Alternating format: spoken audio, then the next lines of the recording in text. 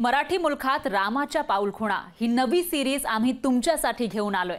महाराष्ट्रात जिथं जिथं रामानं वास्तव्य केल्याच्या आख्यायिका आहेत त्या जागेवर जाऊन तिथला ग्राउंड रिपोर्ट आम्ही पुढील 5 दिवस तुमच्या समोर आणणार आहोत। आणि आज सुरुवात करूयात नाशिक मधल्या पंचवटीतून।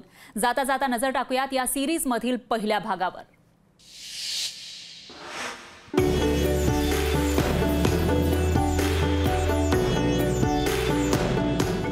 रामाचं आणि महाराष्ट्राचं नातं तसं जुनच।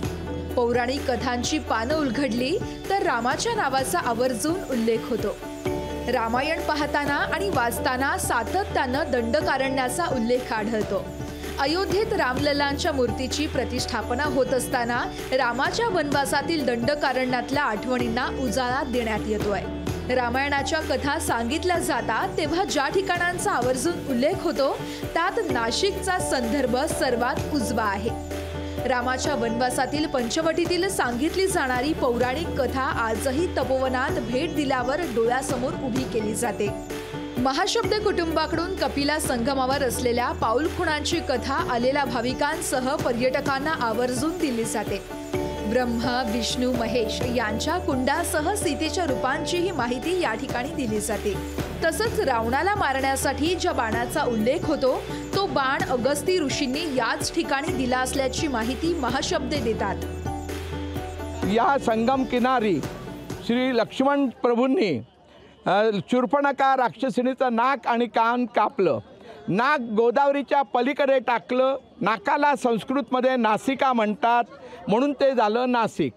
असं या नाशिकचं महत्त्व आहे।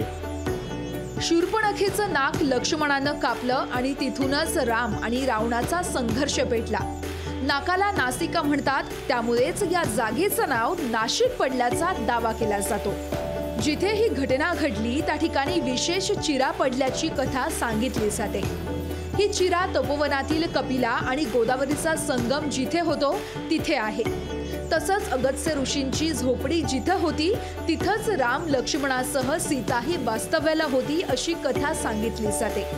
या ठिकाणीच शूर्पणखेच्या मंदिराची स्थापना करण्यात आली आहे। पर्यटन जे येतात ते भगवंत राम पहिले कुठे राहिले ती जागा, नंतर लक्ष्मण रेखा जिथून सीतेला घेऊन गेला रावण, सीताहरण मंदिर, आणि नाशिक तपोवनामध्ये आल्यानंतर अग्निदेवतेपाशी कुठे राहिली सीता ते बघतात आणि जे मुख्य जागा आहे शूर्पणखेचं नाक कापलेलं ते दर्शनाकरता इथे येतात। दंडकारण्यातील नाशिक मधील रामाचं वास्तव्य 1 वर्ष आणि 14 दिवसांचं असल्याचं सांगितलं जातं। त्यातील बहुतांश घडामोडी या पंचवटी आणि तपोवनातील आहेत। मराठी मुलुखातील रामाच्या पाऊलखुणा नेहमीच कुठल्या ना कुठल्या कारणानं चर्चेत असतात। अयोध्येत राम मंदिराची येत्या 22 जानेवारीला प्राणप्रतिष्ठा होतीये, त्यामुळे रामाच्या कथा डोळ्यासमोर उभ्या केल्या जात आहेत। असं असताना रामाचा वनवास आणि नाशिकातील त्याचं वास्तव्य या कथाही रंजकपणे सांगितल्या जात आहेत।